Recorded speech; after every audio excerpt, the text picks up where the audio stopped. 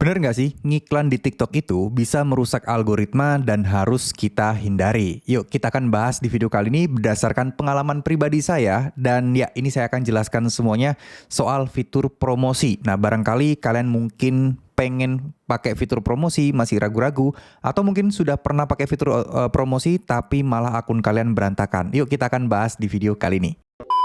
Oke, Assalamualaikum warahmatullahi wabarakatuh. Kita akan masuk ke sesi tentang pembahasan TikTok Affiliate dari nol ya. Jadi ini tuh nanti akan saya masukkan di playlist TikTok Affiliate dari nol. Jadi teman-teman kalau pengen belajar lebih jauh lagi, bisa tonton videonya dari awal sampai akhir ya.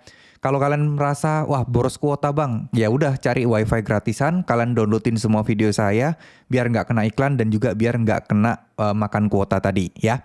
Oke, jadi kita akan bahas soal iklan dulu. Iklan itu apa sih sebenarnya? Iklan itu fitur yang merugikan nggak sih sebenarnya? Jujur, iklan itu ditujukan adalah untuk nge-boost traffic kita. Jadi biar di-push nih, ada banyak penonton, ada banyak penjualan produk dan lain sebagainya.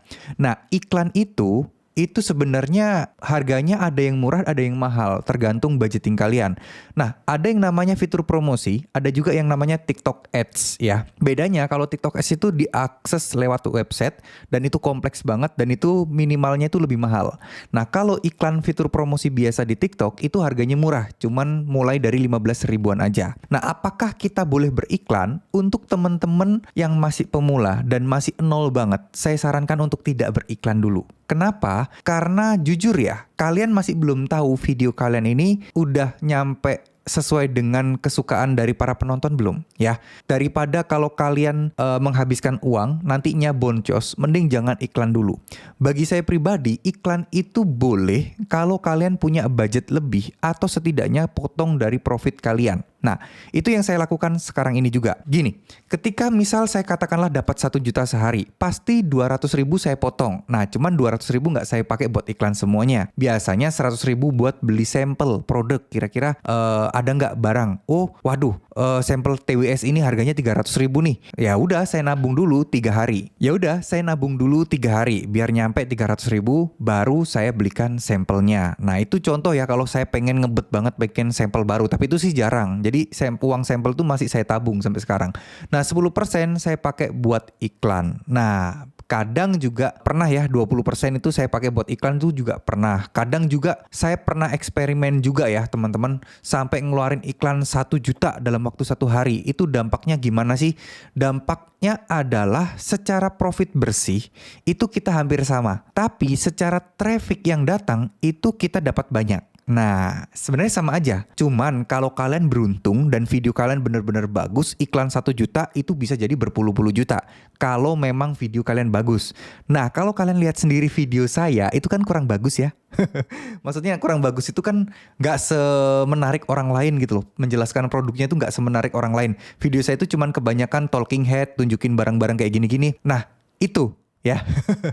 Jadi itu adalah kenapa saya juga agak ragu-ragu untuk ngiklan dengan jumlah besar. Karena balik lagi, takutnya video saya nggak laku. Cuman kalau memang ada video yang terbukti laku, tiba-tiba video ini dalam sehari ngelakuin 10 produk. Wah udah langsung saya gas iklan 100 ribu. Itu bisa berkali-kali lipat hasilnya. Nah itu kalau cara saya. Tapi apakah saya dulu awal ngerintis kayak gitu? Enggak. Sayang, awal banget saya ngerintis itu, saya ngikutin strateginya Mas Berto. 5 video setiap hari dan masing-masing diiklankan video views. 15 ribu, 15 ribu, 15 ribu, 15 ribu, 15 ribu. Nah, itu yang saya lakukan.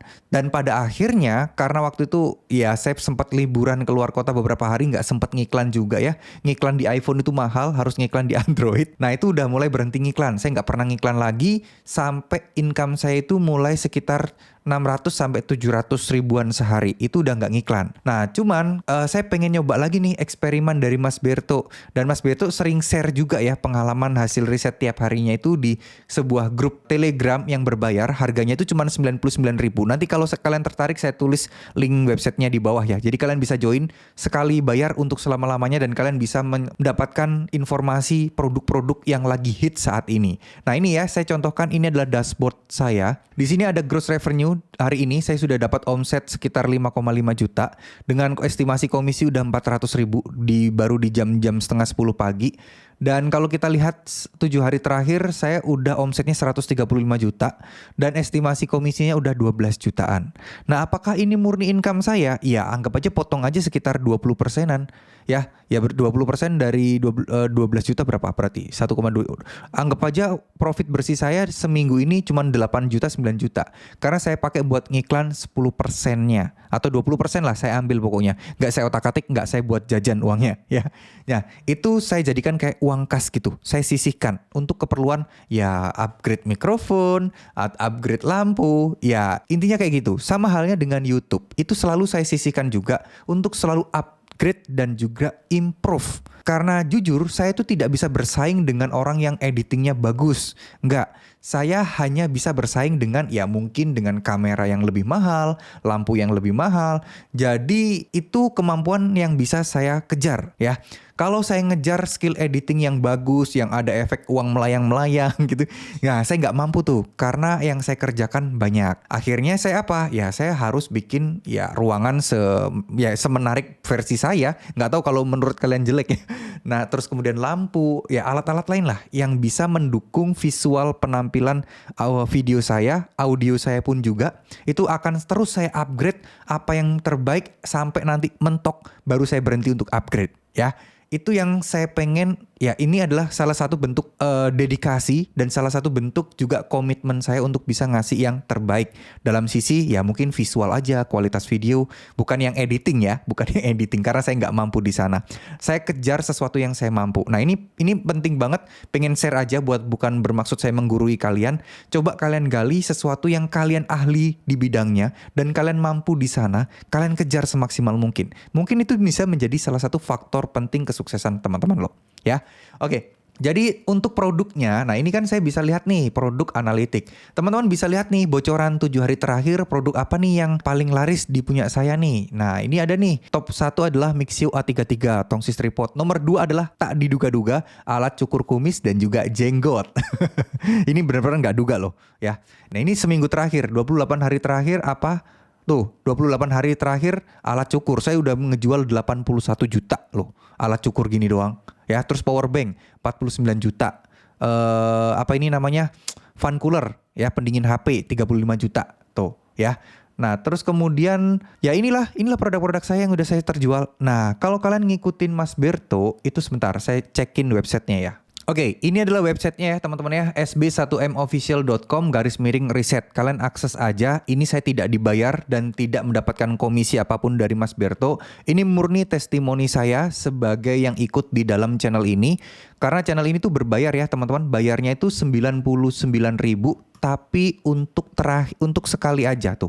Cukup sekali bayar 99.000, tidak ada bayar bulanan. Dan ini nantinya ke depan akan ada bayar 99.000 per bulan ya. Tapi kalau yang ikut di masa promo ini aja, cukup sekali bayar, nanti tidak ada bayar bulanan lagi, cukup 99.000. Nah, isinya sangat-sangat menarik sekali ya, teman-teman. Ini ada kayak share-share produk terlaris apa dan lain sebagainya apa. Nanti kalian baca sendiri lah ya, saya nggak akan jelaskan karena kemarin sudah pernah saya jelaskan ya. Dan ini luar biasa banget hasilnya. Oke, kita balik lagi ya teman-teman. Nah, kalian bisa lihat di sini ada omset 80 juta, 49 juta, 35 juta. Apakah ini saya ngiklan semuanya? Ya, ini jawabannya iya. Tapi teman-teman harus tahu satu hal, 49 juta ini, 35 juta ini saya diiklankan oleh pedagangnya langsung. Loh kok bisa? Bisa. Di TikTok itu ada yang namanya Spark Code teman-teman ya. TikTok. Nah, jadi di TikTok itu penjual itu bisa meminta Spark Code video kalian. Nah, itu nanti kodenya kalian kasih ke penjual bisa mengiklankan video kita. Nah, jadi penjual yang keluar duit buat ngiklanin video kita tinggal menikmati profit kalau ada penjualannya. Nah, itu salah satu fitur yang menurut saya luar biasanya dari TikTok ya, memfasilitasi konten kreator dan juga para pedagang asli TikTok Shop-nya. Itu seperti itu gitu loh. Nah ini beberapa yang udah diminta ya Spark Code-nya dan sudah diiklankan kutu ini teman-teman. Wowon ini murni penjualan saya.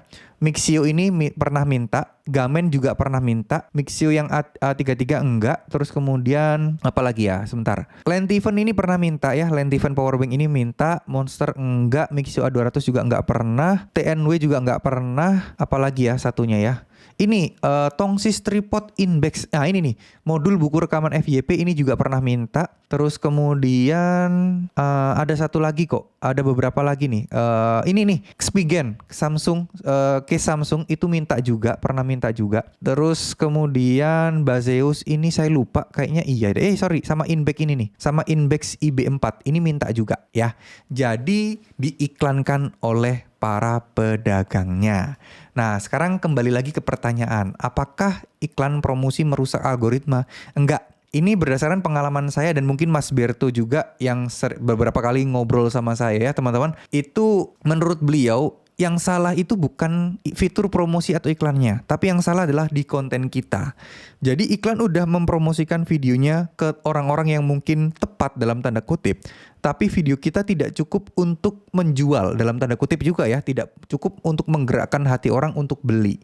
Nah, ini kendalanya. Karena dari hal inilah maka bisa jadi kalian akan boncos karena harus bayar iklan. Jadi berdasarkan pengalaman kita-kita yang udah lama atau udah berkecimpung di TikTok Shop, itu iklan itu baiknya kalau memang udah video yang terbukti ada penjualan. Itu boleh kalian iklankan untuk penjualan. Dan itu pun juga tidak menjamin kalian untung. Bisa jadi boncos juga ya. Tapi saya selalu ngiklan ya 100.000 sehari kalau saya tidak live streaming. Nah ini harus dicatat baik-baik. Ketika saya tidak live streaming, saya akan beriklan 100.000. Itu akan membuat omset saya sama aja kayak saya melakukan live streaming. Nah ini kalau di saya, ini fakta yang menarik dan yang saya benar-benar rasakan sendiri. Kalau saya tidak live pagi ini atau mungkin nanti malam, biasanya kan saya live 1,5 jam, terus kalau pagi sama malam ya, jadi ya sekitar hampir 2 jaman, 2 jam lebih dikit lah saya live. Itu kalau misalnya saya live, omset saya bagus. Nah kalau saya tidak live, itu omset saya pasti turun banget.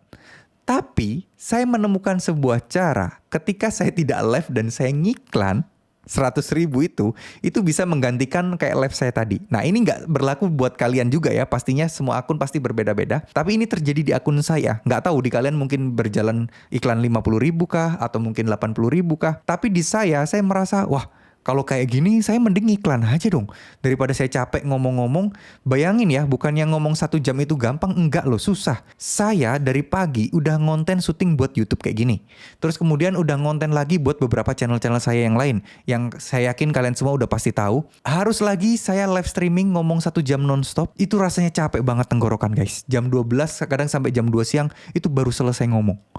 Nah daripada kayak gitu, saya menghemat waktu 1 jam. Walah mending saya bayar aja lah 100.000. Toh sama aja. Waktu saya 1 jam itu nilainya mungkin lebih dari 100.000. Kalau saya bikin konten-konten, itu lebih enak kan. 1 jam bisa menghasilkan berapa konten tuh. Konten enaknya itu evergreen. Selama ada di internet, video tersebut pasti akan berpeluang menghasilkan uang. Nah kalau saya live streaming, ya akan berdampak di penjualan hari itu sama besok. Nah itu menurut pengalaman saya hari ini dan juga besok. Ya, jadi itu masalah untuk promosi. Apakah promosi menghancurkan? Jawaban saya enggak sih untuk saya pribadi. Yang salah adalah video kita, yang salah adalah konten kita, bukan fitur promosinya. Ya, tentu TikTok pengen banyak yang promosi. Tentu TikTok pengen dapat duit dari sana. Oleh karena itu dia pasti akan memaksimalkan setiap iklannya. Tapi kalau yang diiklankan kurang bagus, ya sama aja bohong.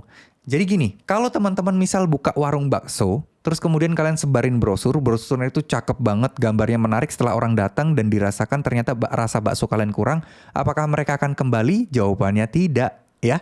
Jadi ya ini semacam kayak bisnis. Jadi saya mulai tersadarkan pas ngobrol-ngobrol dengan Mas Berto, chat-chatan itu, beliau bilang mungkin sebagian besar akan berpikiran seperti konten gitu ya. Maksudnya ya udah konten kreator, ya udah. Tapi kalau dipikir-pikir TikTok ini kan kayak bisnis. Gimana caranya kita ini jadi salesman ya, jadi makelar gitu loh kita itu. Menawarkan sebuah produk. Nah, gimana caranya biar kita itu bisa menawarkan ke lebih banyak orang dalam waktu yang singkat? Nah, caranya dengan iklan. Kalau mungkin manual dengan sebar brosur, orang lewat jalan disebar.